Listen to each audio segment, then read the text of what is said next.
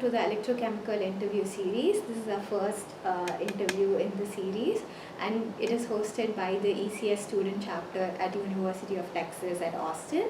And I am the current president, Gayatri, and this is my friend and the treasurer, Miraid. And we have Professor Arumugam Manthiram with us for the first interview. And I feel like before we move on with the interview, I'll give a little bit of background of his career in academia. Professor got his PhD from Indian Institute of Technology, Madras. He also worked at Madurai Kamaraj University after that for 4 years. And he joined as a research associate in Professor Goodenough's lab at Oxford. And then he moved along with Professor Goodenough to UT Austin, and then he started his faculty position at University of Texas Austin in 1991. Current research of Professor focuses on both lithium-ion batteries and also the alternate chemistries. In lithium, we focus on the layered oxide lithium cathode and the polyanion cathodes. And for the alternate chemistries, we work on sulfur systems and sodium-ion systems. And we're also currently working on solid-state batteries. Professor is also the founder of this ECS student chapter, and he's also the current faculty advisor, and also received the recent prestigious award, the Olin Palladium Award. And how is your week going so far, Professor? Going very well. Okay. So we got a lot of forms we sent out forms to students and they replied with questions that they had for you, both about your research and then also about your career trajectory and personal life. So we just wanted to start by asking what was your first, how did you initially get interested in science? Okay, you go to school, you learn science, history, economics, everything. Then to make a living, doing science is better. Science also gives a lot of fact-based information. So I like that. That's why I started with science. Yes, sir. So one thing about your career trajectory that is very interesting, even like to my friends and us, is that you had a faculty position for 4 years, and then you moved as a research associate to Oxford to join Professor Goodenough. So it's a huge change, right? Because you had like a very stable career, and also moving internationally back then is like big. So what motivated you or inspired you to make that big change? Yeah, so the faculty or lecturer position I had in India after my PhD was mainly to teach. I can do research, but there was no facility available. So I had a strong desire to do research along with teaching. So I want to do both teaching and research. So I was able to do teaching very well, but I was not able to do anything in research. So in a sense it is a stable job, yes. They don't fire you once you get the job, but you don't accomplish much. You keep teaching for your entire life, that's good. But I also wanted to really research, that's why I made a move to Oxford. Also, how did you know Professor Goodenough? Okay, so when you do PhD in India, one of the examiners have to be outside the country, and the institution can give maybe 10-15 names. The supervisor can give 10-15 names. Then the institution administrators will choose one. For me, they choose Goodenough at Oxford as my PhD thesis examiner.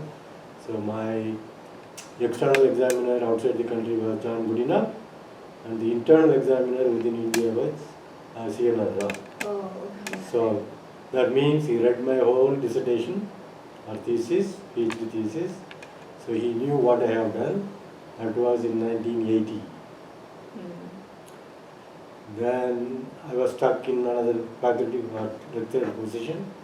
Then I applied around 84 like that, and I got the opportunity to go to Oxford in 1985. Then everything changed. Interesting. And your initial research wasn't in batteries, right? So like you kind of transitioned from your PhD then to working with him to moving it more into batteries. What was that like? So my PhD thesis work was on oxides, transition metal oxide, particularly on lower valent molybdenum oxides. So my whole dissertation, everything is lower valent, less than 6 plus molybdenum oxides. That means I'll take molybdenum 6 plus oxides, reduce in hydrogen to get these new phases, and once you get the new lower valent molybdenum oxides, you do their structure and electrical properties and magnetic properties. That's all my dissertation. Mm-hmm. It was like 45 years back, right? Yes. So I still work on oxides. So I started in lithium-ion batteries with oxide cathodes. Yeah. So there is a connection. But I did not do any work on batteries during my PhD. I mean, I know some electrochemistry during my studies, but then I did not do anything about batteries during my PhD. So that's totally new when I came to Oxford to start on batteries, yes. And then after working at Oxford with Professor Goodenough, you moved to UT Austin. That's a pretty big change, and also just going into academia is kind of a big decision because it's a lot of time investment. And we know that you have a son who works at Caltech as a faculty member. And so what advice would you give to students, or what advice did you give to your son when they are interested in going into academia as a career? Okay, so it's a long question, but I'll try to answer one by one. So I went to Oxford to work with Professor Goodenough in November 1985. 2-3 months later, he told me, I'm going to go to the University of Texas at Austin in September. What do you want to do? You want to come with me, or you want to go back to India? Because I was on leave from my then lecturer position from India. So I told him, I don't know, suddenly he asked me, so I don't know what to tell him. I told him, okay, I'll think about it and I will let you know in a couple of weeks. But actually, I did not ask anybody, because those days, making a phone call from England to India is like 2 or 3 pounds per year, poor postdoc. They don't pay much in England. It's even less than the postdoc salary here. So I did not call my wife to tell anything. I wrote a letter, put it in the mail. Then I went to Goodenough 2 days later. I told him, okay, I will come with you to the University of Texas at Austin. Okay, let's go in September. So that's what that happened. After coming here, I was working as a postdoc for a long time. That is unusual. 1986 to 1990, 91. And then I got a position at Belcore, that is a part of AT&T in New Jersey. Tarascan, Jean-Marie Tarascan hired me at Belcore to go there. Then I told Professor Goodenough. He kind of knew that they are interviewing me. I have applied, everything. And then I told him, okay, they may offer a position at Belcore. Then he told me, okay, you are not an industry guy. If I explore faculty position, would you stay here at UT Austin?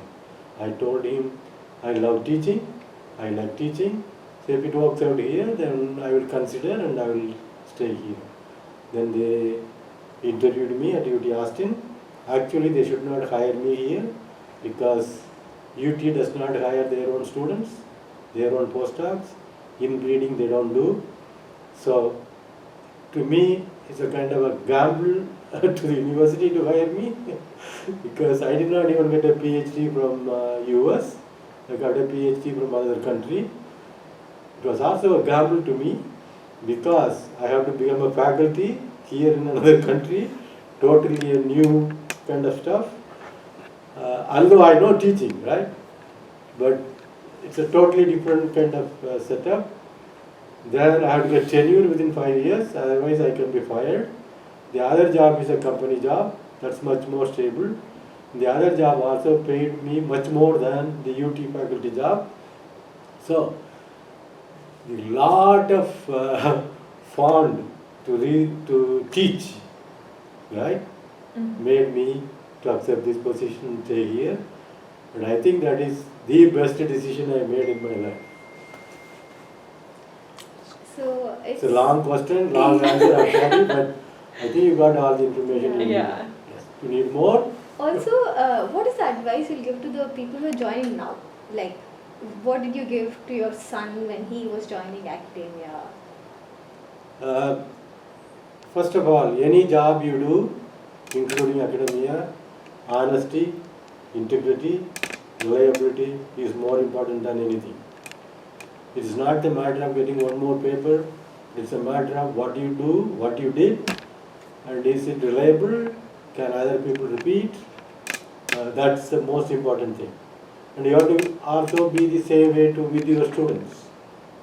You don't have partiality, all students are equal, you should treat them the same way.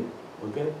So that's important. That includes exam, teaching in the class, doing research with the students in your group, everything. That's the most important thing. And you should be passionate about what you do. You should do what you like.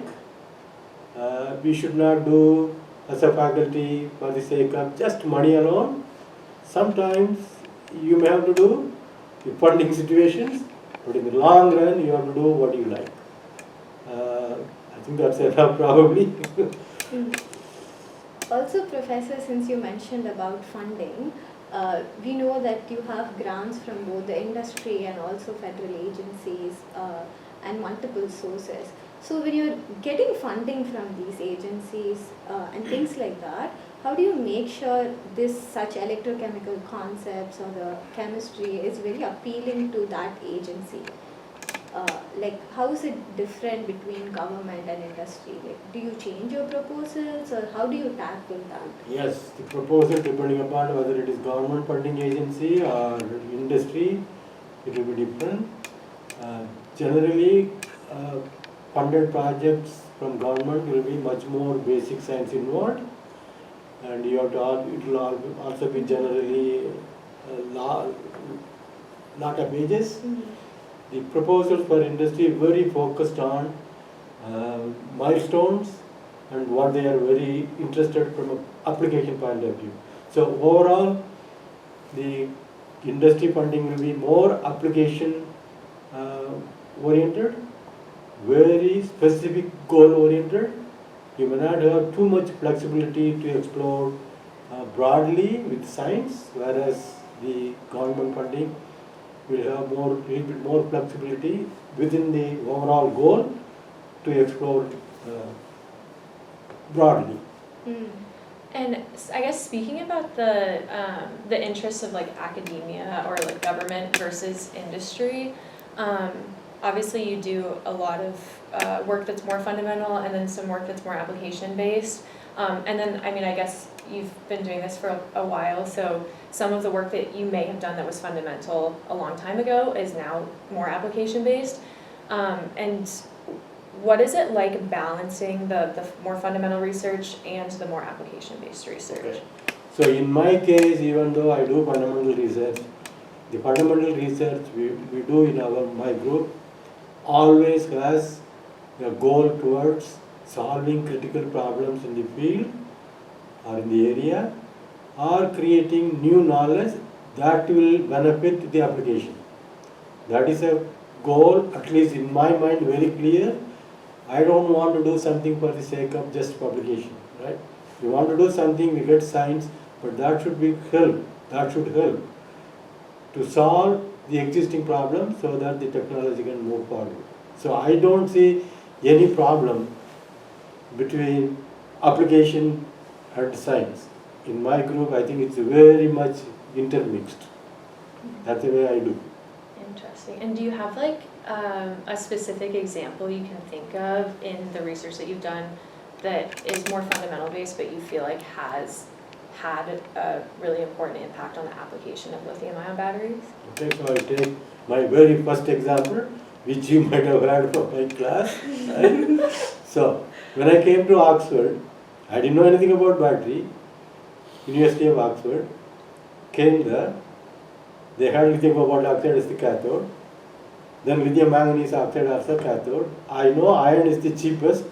Now we talk more about cost and sustainability. I am talking in 1985-86. Why iron is the cheapest element? Why are they not having any iron cathode?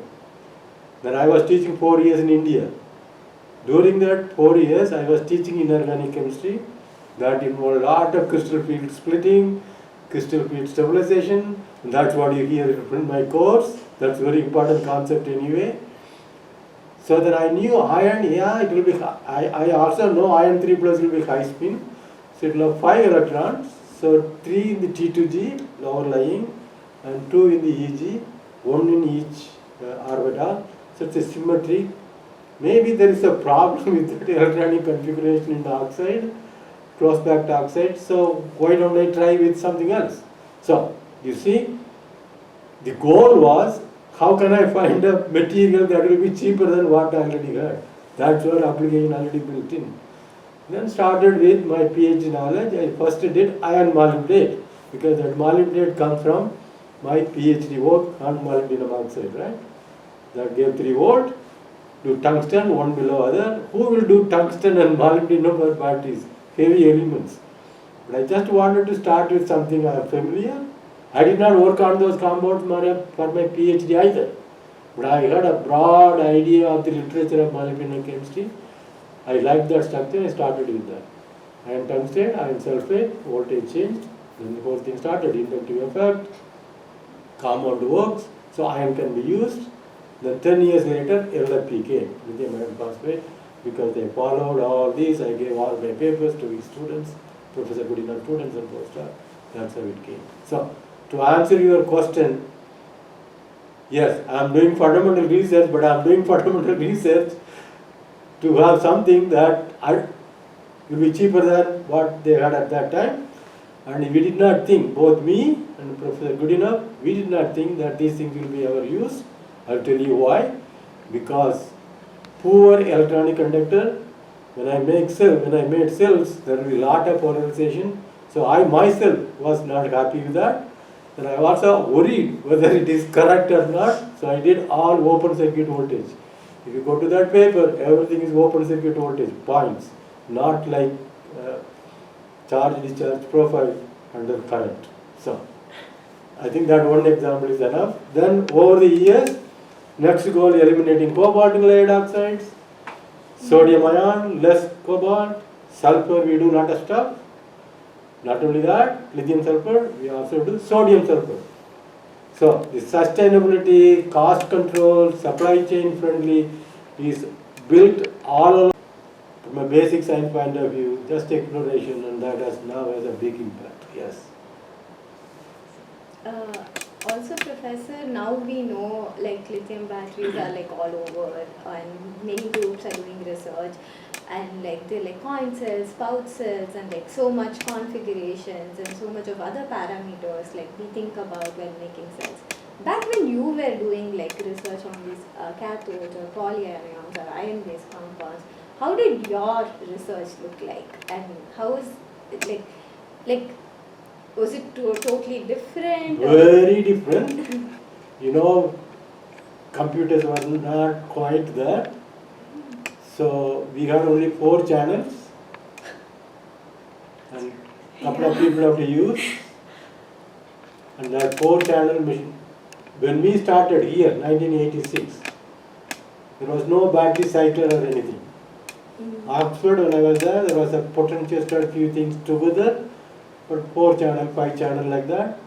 So when we came here from Oxford to UT, we asked the same person who made that little cycler for 4 channels to make one for us and ship here. So he made it, shipped here, then he traveled here. He was staying here for a week to make it work. And then after he left, that battery cycler will kind of fail. Every other week or something, many times you have to call, then he has to come here, fix, that's the way we work.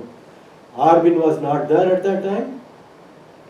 So we wanted to do something. Arvin, basically, we told them whatever we need, so they started with that. So Arvin probably we were the first to get the Arbin machine, like drill machine, 87, 88, like that from them.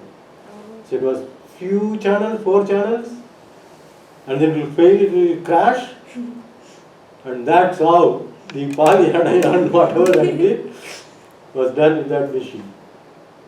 Nice. Very different. And when you think about a battery, there are like a lot of components to it, be it like the electrodes, the electrolyte, and also people from a lot of disciplines work, like material science, chemistry, engineering, both chemical, mechanical, electrical, and it's very diverse. So there's a chance for a lot of like misconceptions.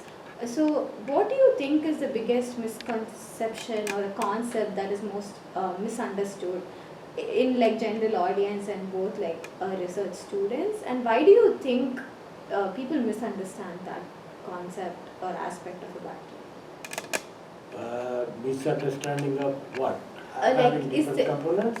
I think what is the question that you get that is like, oh, this is not what a battery is, or like they misunderstand it with like another concept, or like do you come across things like that, or like is there enough awareness to be like people know what I think people will not know. The people who work on battery, they will know there is an anode, cathode, electrolyte, how do they interact, what kind of requirements are there. The people who work on that, even the people who work on that, not everybody may know that. They may be doing different things. They may buy a big battery and then cycling. They may not be paying a lot of attention. But the general public, yeah, they may not know. Yeah, I don't know. I'm not sure whether I understood the question or. Is there a question you get a lot from like the audience or things? Not really, but when I give a talk or when I talk to people, I really try to tell them. Most of the things I actually have mentioned in the class. So when you leave your battery for a long time, if you are not using particularly your electric vehicle, if you are going on a vacation for a month or a few weeks, it's not a good idea to leave your car battery charged at 90%. The public or the people who have electric car, not all of them will know that. So it's not a good idea to leave it at fully charged state, because lithium-ion batteries are assembled in the discharge state, unlike lead-acid battery. Because it is assembled in the discharge state, both the cathode and anode is very stable. Graphite is very stable, lithium cobalt oxide is very stable, or NMC cathode is very stable, or LFP cathode is very stable. So you have to charge, right? So when you charge it, cathode becomes unstable, anode also becomes unstable, meaning lithiated graphite is not very stable, meaning delithiated cobalt oxide is not very stable. When you have both cathode and anode unstable in the charge state, if you leave it long time, there is electrolyte in between, they will try to do some kind of a reaction. Right? So it's not a good idea, they will try to degrade. That's the whole idea. The people who are doing research, the people who take those classes, the right classes, they will know that, particularly my class. So, right? So this public may not know. So I try to mention the materials will be unstable, so they will undergo degradation, so your battery life will go. So don't leave it there. I'll stop like that. I won't say lithiated, delithiated, that's too much. I can tell you, which you know. And you have, throughout the course of your career, you've had a lot of publications, I think like over 1,000 and over 150,000 citations. And so and you've had a lot of students in this time, so how do you maintain that like high quality of research for so long?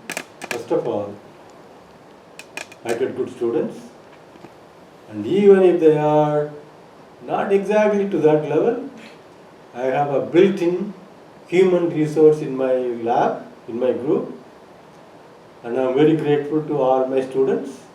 They are pretty good, and when the new students come, they get a lot of mentoring, lot of training, what is good to do, what is not good to do, what professor you like, what professor will not like probably. So they are already tuned to that. Okay? So that means I have somehow set up a dynamics in my group over the years. The group works like that. We don't do work just for the sake of doing and then having 1, 2, 3, 4 publications and get a degree. No, that should be something to deserve a degree, right? At least I have that clear in my head. I'm not going to give a degree to anybody if I think they have not learned or they have not done something useful or new. Otherwise they are not going to get it. It's not the paper. So, bottom line, I get reasonably good students and I have a good built-in human resources. The students are trained, so they know they have to do good work. Also, when they write papers or manuscripts, it does not straight come to me. I think they circulate among themselves. So it's already, this is a built-in resource, right? Then I think they iterate, they do whatever, then when it comes to me, generally it is in good shape. If it is not in good shape, I am not going to work on it. I am going to give it back. And they know. So they don't send me things like that. When I was assistant professor, I had few students, 3, 4 students. I used to give me the plot, give me the data. I have written the whole manuscript. I cannot do that anymore having 20, 30, 35 people. Impossible? No. And I don't want to do that. I can't do that. So that's the way the group works. Second, yes. If the paper or the material is not going to be useful, or if there is not a point, either from a strong basic science point of view, or solving a particular problem, or from an application point of view, that paper is not going to be submitted for publication. I'm the gatekeeper. It's not okay. Bring paper. I need one more paper. That is not my goal at all. No. So I have to be happy, or I have to be satisfied that it is having something. Then only we submit. Third, even though we publish a lot of papers, our papers are well cited. If it is junk, if it is not good, people are not going to cite. So over the years, the reputation is there. Not because my name is there, they are citing, I don't think so. Papers will have some usefulness because not all papers, every paper is cited the same way. No, right? So that actually answers the question. The papers we publish are valuable to the society, and I actually am not a big network guy. Cite my paper, I cite it. No, I don't do that. The people look at our paper and then do that. So there is nothing going on weird, right?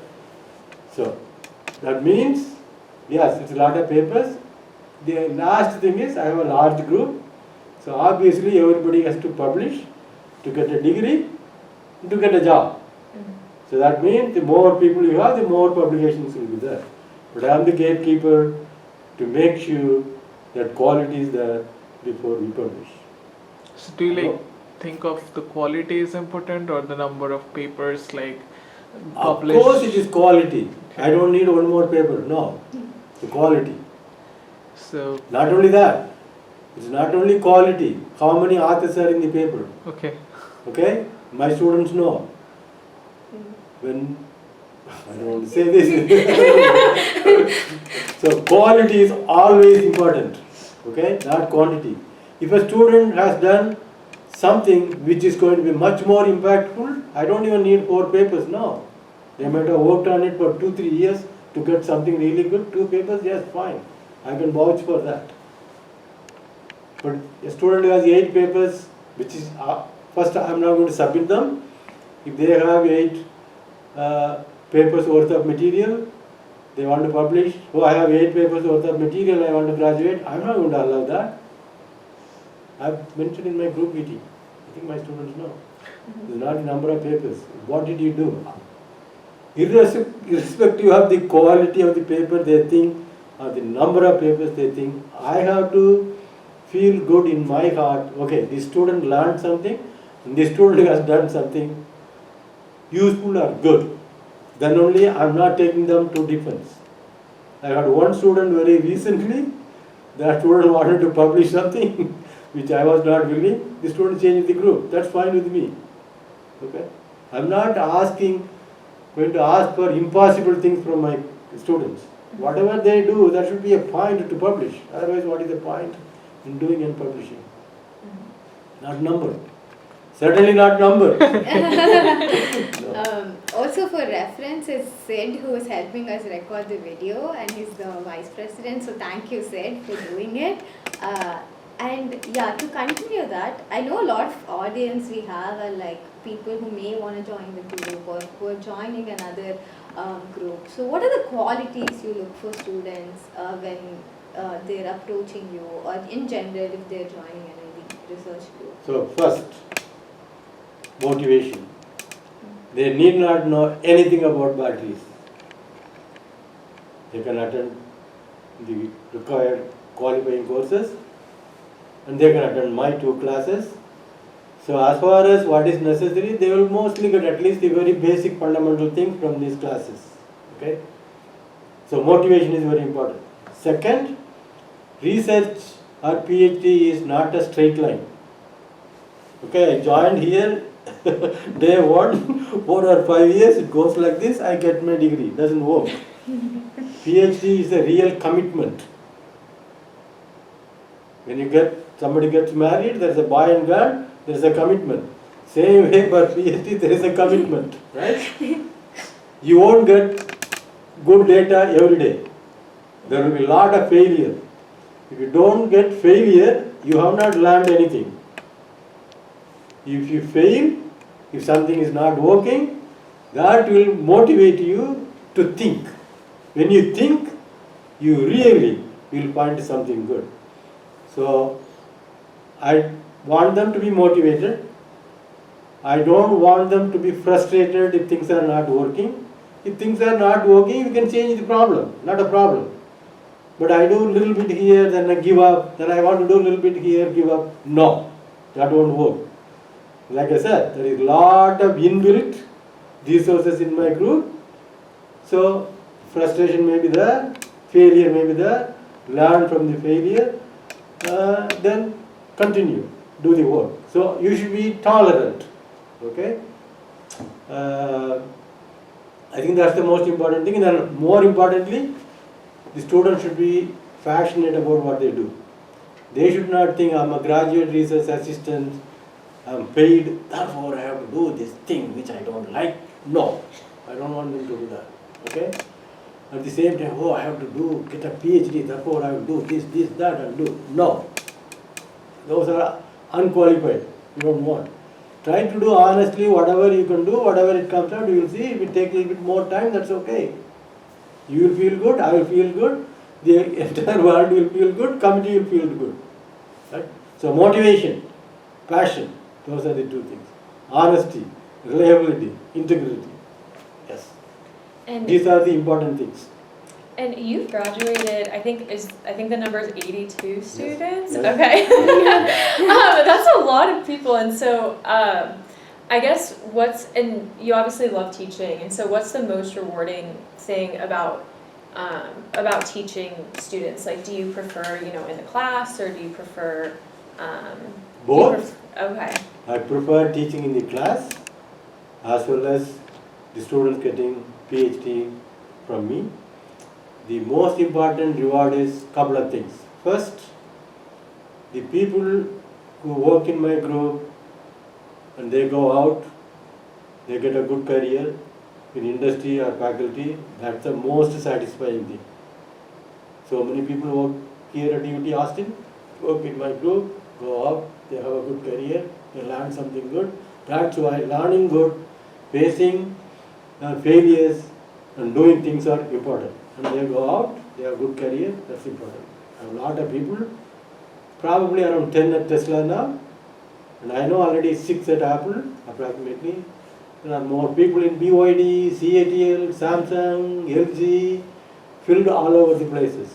Around 60 of them are faculty all over the world. So they learn something here at the great University of Texas at Austin, they go different parts of the world, and they try to communicate or teach whatever they learned here in my group as well as at the university. So that's more important. So getting a good career, educating a lot of people, getting a good career for them is good. Also, second one, my students work, we find something new, we publish or we patent. So we find new things. That's a happiness, right? We are constantly doing something, constantly, if not everything we invent, something there. So that invention or new finding helps the academic community to create better knowledge, right? To enhance their knowledge. It also helps the industry in certain ways. It could help, may not help, may help. Eventually, if you do maybe some good things, it may also help the society, right? So all these things are driving force. More importantly, you work with the students. You know, when you come every day to the lab in the morning, you don't know what you are going to get. Every day is a new day. A student may come with some bad news, equipment broke, or oh, this is not working, da, da, da, or my proposal is turned down, or my paper is turned down, right? Yeah. The good things. You come here, a student comes, oh, I found this, right? It happens. I found this. I did this way, it's working, you know. So, this is why I say it's a sine curve. You will have positive and negative, but when I drive in the morning at 5 o'clock to come to work, 5:30, in the office, I don't know what I am going to get today. Okay? But you may be worried, but it will go away. Next day it's a different day. So you should be, students should be used to that. I am used to that. But it's like that, up and down, not a straight line. Yeah. And do you have any time for hobbies with all the work that you're good. doing? That's an important question. I'm not a crazy worker.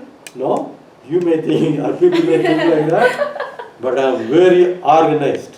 Okay. Very disciplined. Okay? If I have to do something, I will do much before the deadline. I'm not a last minute guy, no. My tables are clean. Here as well as at home. Okay?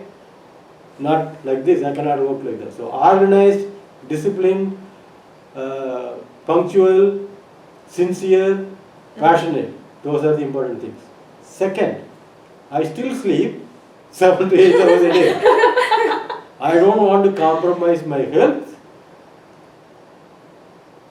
I don't want to do research at the expense of health. For me, my health, my safety, my family's health, my family's safety is priority number 1. Okay? So I still sleep, but when I work, I work. I come here so early in the morning, nobody bothers me. I'm so happy I've gotten a lot of things done in the morning. Okay? That's one. Second, I'm blessed with a wife, and she does not do any employed work or anything. All along, throughout my whole career, she was at home, so she would take care of everything at home, including accounting. I don't know how much money I have in the bank. Accounting, keeping the house, everything, cooking, taking care of the kids when they were born, raised. So, I mean, I have taken them to schools and things like that. But it's not like she is there, right? So very reliable. When I go home, there is food there to eat.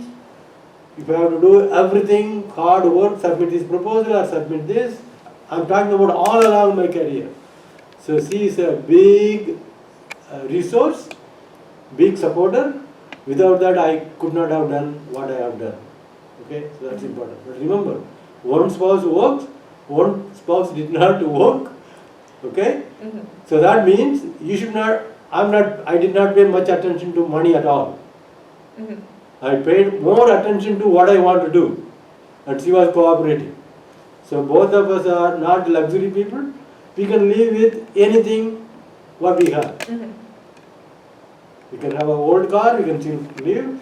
We can have some kind of an apartment, we can still live. It's like that. So we were not paying much attention to money. We were paying more attention to bringing up the kids properly, and that paid off to us.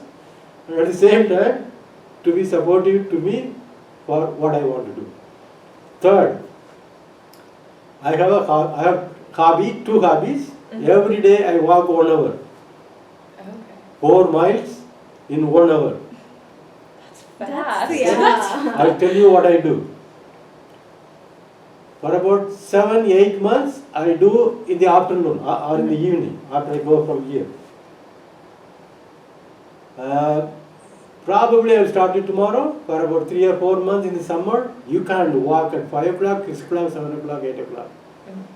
So I'll start my walking at 4 a.m. in the morning, 4 to 5 a.m. probably tomorrow. My wife has been already telling me, don't go when it is hot. Mhm. Okay?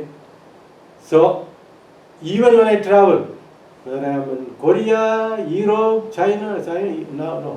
When I am in India or Korea or Europe, I walk 1 hour. Or if it is too cold, I cannot go, then I will do treadmill or something Mhm. inside. I don't like treadmill, so I walk. One. Second, I do a lot of gardening at home. I have probably at my home planted probably 10, including a lot of big bushes, about maybe 20 over the time. Like 6, 7 fruit trees, they're all coming, including a pomegranate. This year it is giving fruit, there are 8 of them. There is a lot of planting flowers. So every day I go there, look at them, relax, and we have vegetable gardening. I do that. We don't hire anybody. I do everything by myself. I can dig, I can do. So that's big relaxation, that is hobby. So don't think that I am doing crazy. I don't want to work on this, but when I do, I do. Mm. So I have a question. Yes. What did the child Arumugam Manthiram has thought, and did he achieve that thing in life? Like, have you dreamt of anything when you were a child? Not at all. Okay. My life story is, I don't think we have to talk about in this interview. If you want to know, I told you one thing yesterday. Yeah. You go look, better look at it. Yeah. Unfortunately, it is in a different language, Tamil, but she Yeah. understands. That will tell you my life story. To answer your question, there was no planning what I should do. I should not even gone to school. I'm talking about first grade. Okay? You hear me? Yeah. That is my life. So there was no planning, there was nothing. There was a lot of hurdles in many places. At that time I was very unhappy. Yeah. Why I have to be like this, why I didn't get it. But eventually everything turned out to be good to me. Yeah. And the job I have is the best job I can think of. Yeah. I love my job. Yeah. It's the best thing which has happened in my life. So God has a plan for everyone. Exactly. That's great. And if you want to know more, she will listen or somebody will listen and tell you. Yeah, this is another interview. Maybe we can put a link to it in the comment section. That is Tamil, so I don't know. But subtitles these days are very useful. So yeah. That's very, I don't know, they wanted to know about battery and life story, then he asked more about this because I think when she will tell me. Yeah, I can But everything is translate true. if you want. Yeah. You know, okay, professor came this way, okay? Mhm. Yes. Also, Professor, there were a lot of like battery market related questions when we sent out the forms. So this question came up a lot when we were like doing, and now the battery market has boomed and it's commercialized, all of that. Moving forward, there is always like a dilemma between either optimizing the current main cathodes for lithium like LFP or NMC, or developing alternate technologies like sodium, potassium or multivalent systems. So what do you see, where do you see the long-term impact will be, and what do you think research should focus on in the next few years? Short answer, all of the above. Point number 1. Nobody knows which is going to be used more, but I can tell you the bottom line.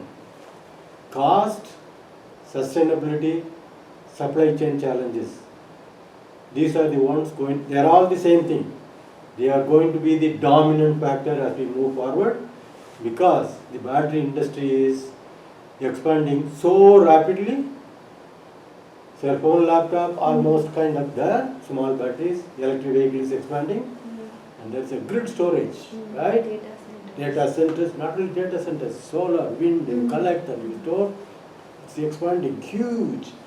So cost will become an important issue. There is Western countries, living standard is different.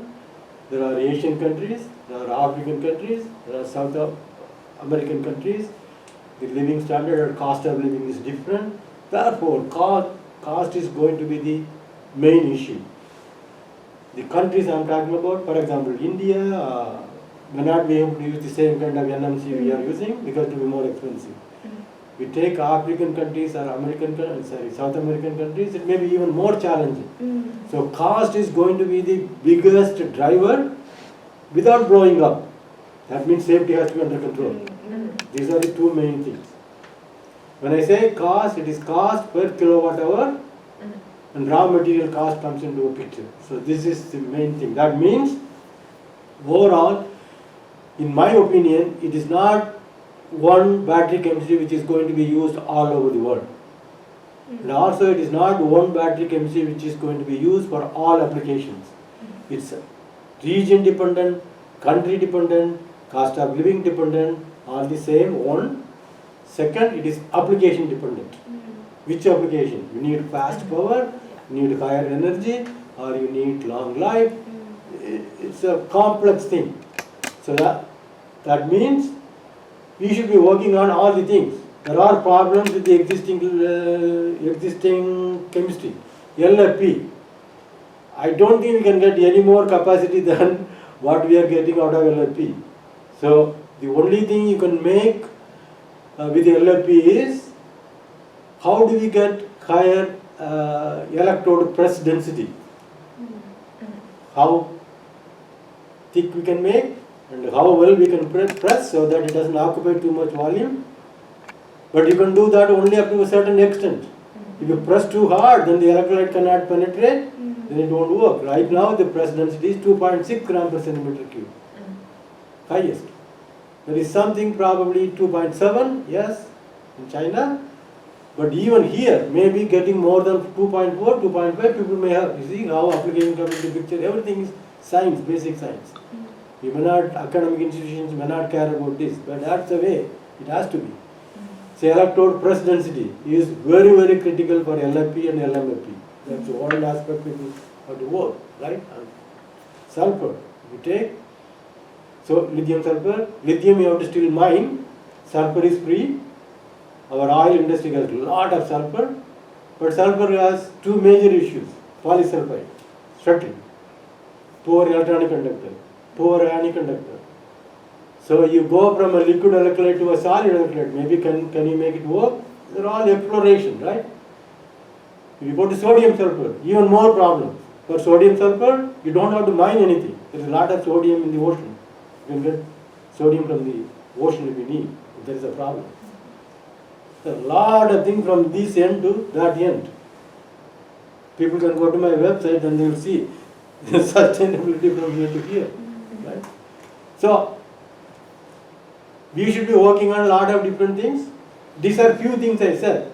There may be other totally new chemistries people can explore. But people have to think in mind, one more thing, keep in mind, anything we do in the lab may not work. Scalability, manufacturing is a big issue. Things can fail. So we have to keep always that in mind. We have to keep always cost, raw material cost, processing cost, synthesis cost. We have to keep in mind when we do in the lab. Okay? So to answer, short answer, we should be exploring the existing chemistry to make them better, as well as the new chemistries, which we are already exploring, as well as totally new, which we may not know. Yeah, I think it's interesting that you mentioned scalability because, you know, moving from like industry back into academia, like the problems are just so different because I was working on scalability for, 2 years. So when we are in academics, when we do that, we should also think about that. Yeah. would it be feasible? Even if you don't know the complete answer, we should think about it. Yeah. Not just to get one more paper, yes, that's fine, but we should think about the feasibility, right? Mhm. Yes. And then you mentioned actually like more unknown chemistries, and so kind of on that end, what do you feel like, or do you feel like there are any areas of research that are underexplored that you feel like could have high potential? I don't know. It's hard to say. I think working ion, we have to work with proton, sodium, Mm-hmm. and potassium, something like that. Lithium, carbon. So this working ion, we have to kind of look into this. Mm-hmm. Okay? Like I said, cost has to be low without blowing up. So there are a lot of opportunities with aqueous batteries. Mm-hmm. Okay? These working ions with aqueous batteries. So that is something which needs to be looked. The energy density may not be high, but cost will be low, safety will be better, because voltage is limited, right? There are a lot of things we can do, but you need resources, right? So. Also, Professor, are there any areas from your current research group that the audience should be like looking forward to, or tell us a little bit about like some of the current work or like research that is recently published or soon will be published, so that the audience have like an idea, or if they're like going through your Google Scholar and searching, they have like an idea of like what's happening. So if you take my group, one of the important aspects in my group is cathode chemistry. Mm-hmm.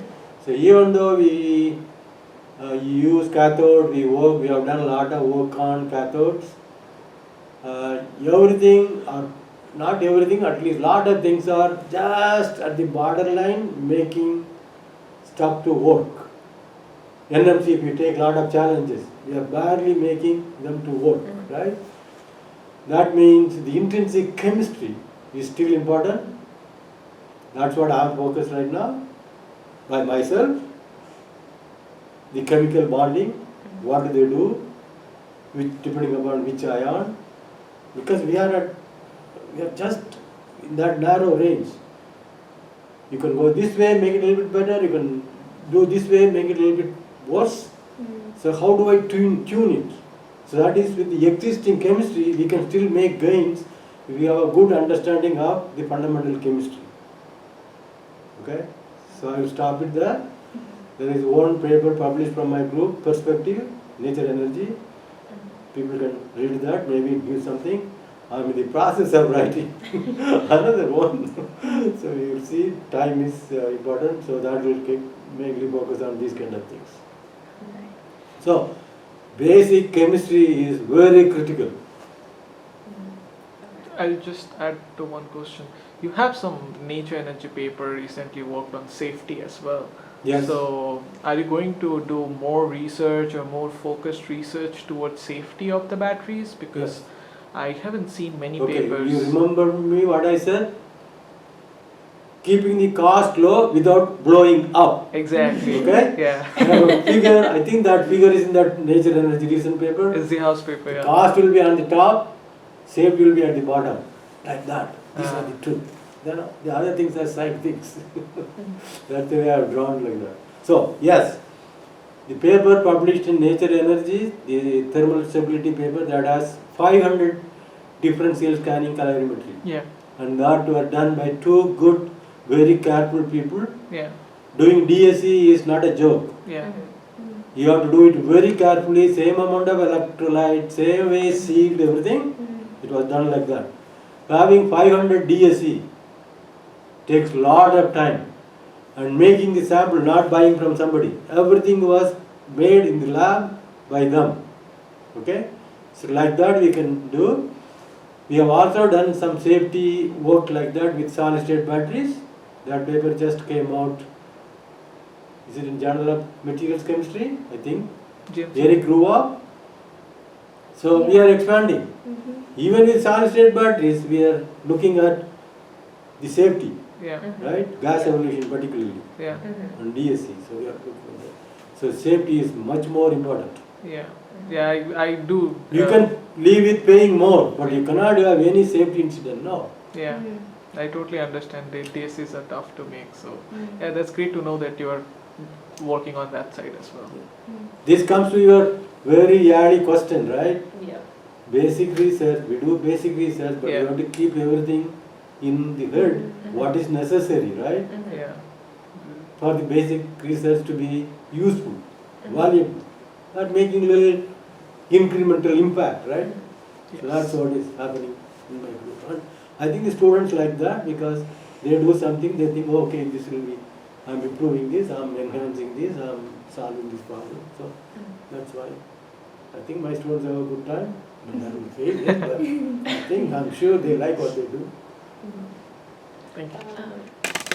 Also, like Professor, you had like a lot of roles, and they're like huge career moments. Also, you gave like the Nobel lecture, and you also worked on polyanion cathodes. You were probably the first person to work on polyanion cathodes, and you've played so many roles, and you had like such a glorious career and something. But personally, to you, what is the accomplishment that you're like most proud of, or that you think will be the scientific legacy that you will carry forward? Finding a way to use iron, finding a way to use iron, which is the least expensive metal, and the fourth most abundant element, right? 93% of mining is iron. That is a big contribution 40 years back, right? That's one. Second, all along, the goal has been to bring down the cost, to improve the sustainability or supply chain. Goes from eliminating iron, eliminating cobalt, sulfur, sodium sulfur, like that. I mean, there are accomplishments here and there, incrementally. Big, very apparent, maybe how to use iron, like I said in the first example. More importantly, lot of people have gone out of my lab. I would say total around 300 postdocs, students. They're all working in different places. So to me, that's a big accomplishment, educating a lot of students, and they're going and working all over the world. Whether everything I did was working directly for application or not, but produced a big, good, well-trained workforce, right? They're trained well, they know what is good, what is not good, at least. So that is a big accomplishment. And all this literature created, not all papers may be cited very high, but there are a lot of useful literature. I go to conferences all over the world, people come and tell me, oh, you are so and so, oh, I read your paper, it was very useful. Even students telling me, I read your paper, that was very helpful for my preliminary exam. Can you imagine? It's like that. So these things are useful. That is, I would say, big accomplishment. We are creating knowledge. It's not only useful to me and my students who are trained in my lab, but it's also useful to a lot of other people who are working in the area. If not great, to some extent, right?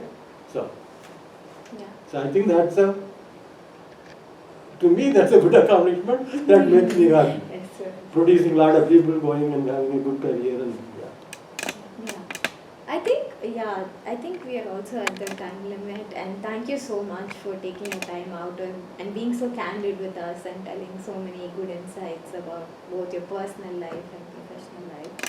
And thank you also for supporting the ECS student chapter, and we'll hope we come up with like more interviews, and stay tuned for the next interview series. Thank you very much. It's a pleasure to talk to you all.